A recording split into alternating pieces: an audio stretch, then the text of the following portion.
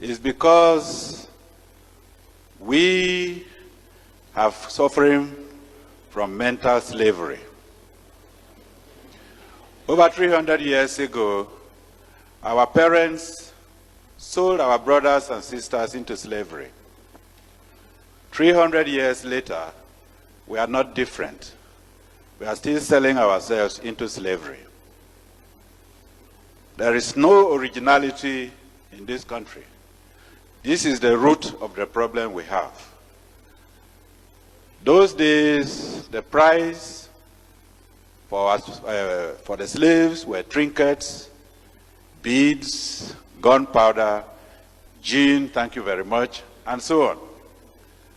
The price today is foreign aids. The price today is political influence. The problem we have is not of our own making. And unless we address those issues, our collusion with the colonial masters is going to cause us more problem. If we look all around, look at the ceiling, there is nothing that is new, nothing indigenous in this hall. The country itself is not indigenous. Even the coup, we are blaming the military. Even the coups that we have is not of our own making. I believe there is the author of one of the books I have read in this conference who stated that the idea of a coup was first suggested in one of the military conferences they attended in America. I will go straight to read, with your permission, Mr. Chairman, what the respected Alhaji Shehu Shagari has put in his book.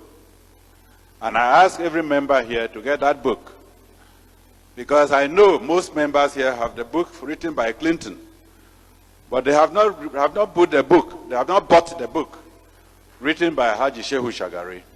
And I'm going to quote what he has written. Quote, I was particularly struck by a conversation I had with a Greek professor attached to an international agency in Geneva. He told me his opinion of why West Europeans were supporting the rebellion against Nigeria. It was, he said, common among Westerners to sympathize with the underdog in any dispute, which in this case happens to be the Eastern Igbo.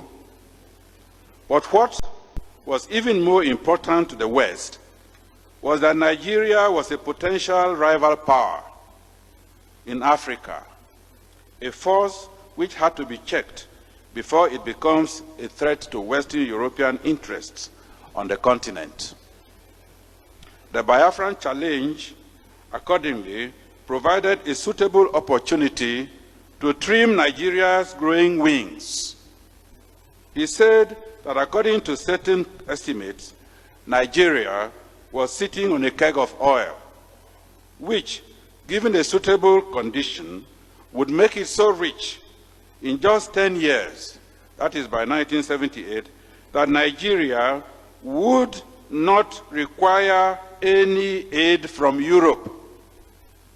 Indeed, Nigeria would be in a position to assist other African countries, especially the poorer ones, and thus undermine an important basis on which European influence was exercised over them. I underline that.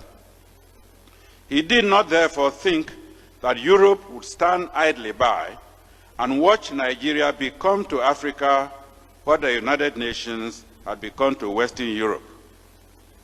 The rebel enclave, on the other hand, could be encouraged to become a rich but small and manageable African country, which would still be dependent on the West, just as some small oil-rich Arab countries have been. Finally, he assured me that whatever happened in the future, the West would never allow Nigeria to develop to a position where its wealth and power would threaten West European interests in Africa. Now we come to those international institutions, IMF, World Bank, WTO. We always think evil creatures, horrible. It's economic warfare. The rich declare war on the poor. It happens everywhere. It happens in a country. The rich control the government. Of course they do. You really believe you have democracy? Come on. I mean, grow up. This is not about people living in democratic systems. What we have is the rich control. The rich set up these institutions explicitly to control the poor countries. And they don't give them much room for maneuver. Which incidentally, when the IMF starts talking of poverty alleviation, you should also understand that there's another game there also starting to play, which I'm going to come back to later. But what do these institutions do? What does the IMF do? What is structural adjustment about? It's about making sure countries keep producing what we want them to produce.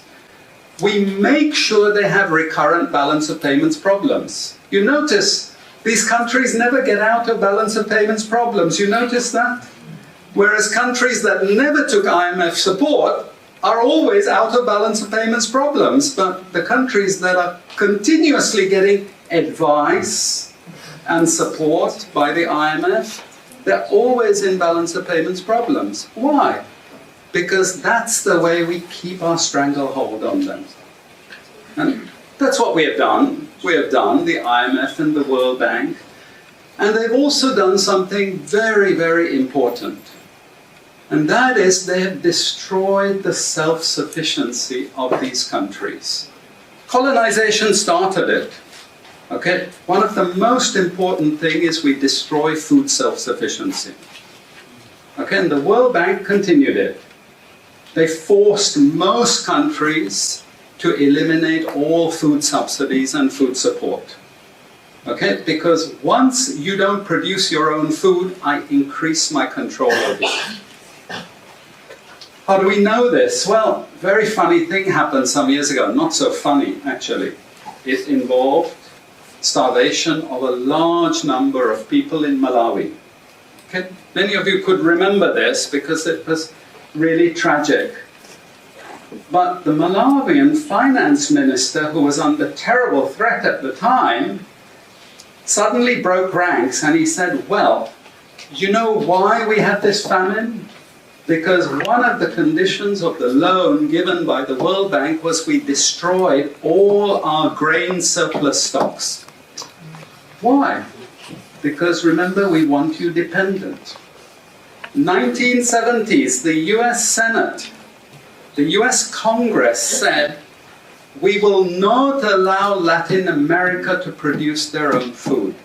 We will start a strategy involving the IMF and the World Bank to destroy food self-sufficiency of Latin America.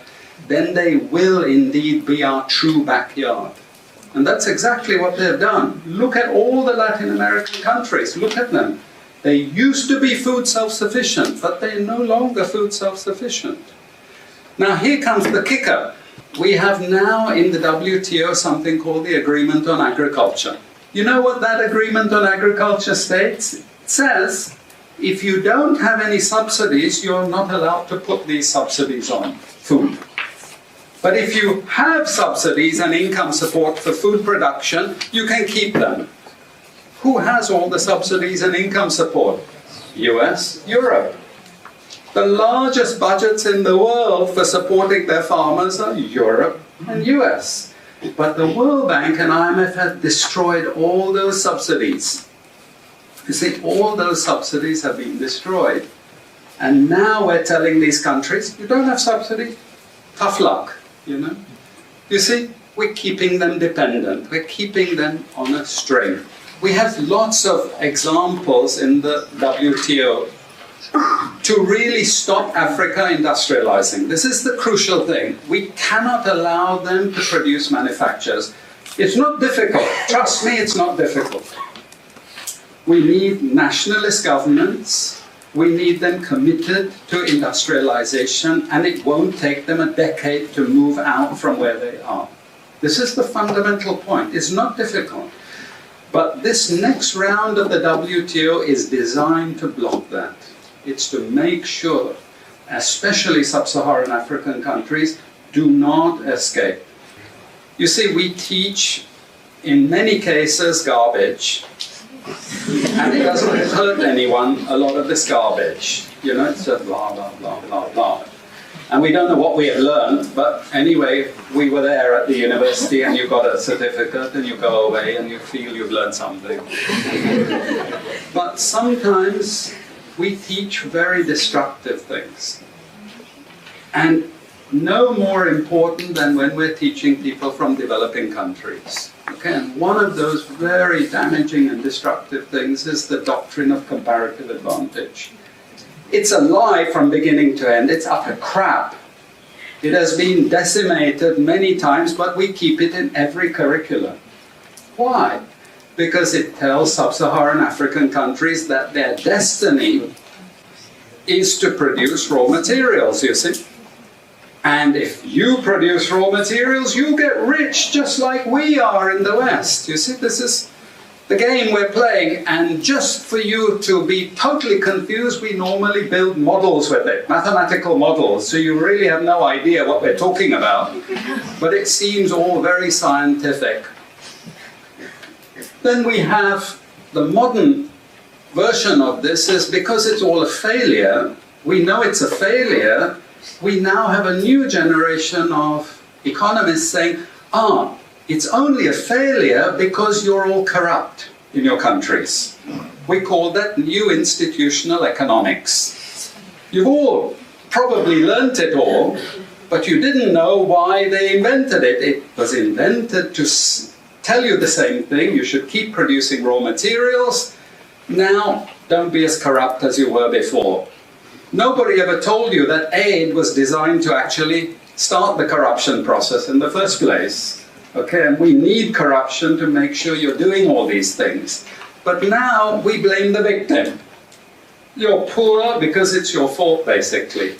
And you're poor, stupid, and corrupt, basically. This is the message that we're giving people. We also have many theoretical justifications, but I'm going to say something controversial to end. And that is, there are also what I call more enlightened approaches, but which are also potentially destructive for sub-Saharan African development. And this is where I come back to the IMF and the World Bank. You see, now they're all into poverty alleviation. They want you to concentrate on redistributing income, and it's something nice. You're young people, you're socially conscious, you're aware. You don't like all this injustice. So you gravitate towards what we call pro-poor strategies. But actually, I'm sorry to tell you, that is not what Africa needs. Africa needs aggressive industrialization. When China was a communist country and we had equal distribution, who feared China? Who took them seriously? They weren't even the size of the Netherlands. But today, I can't open an internet site, I can't open a magazine, I can't open a newspaper without China, China, China, China.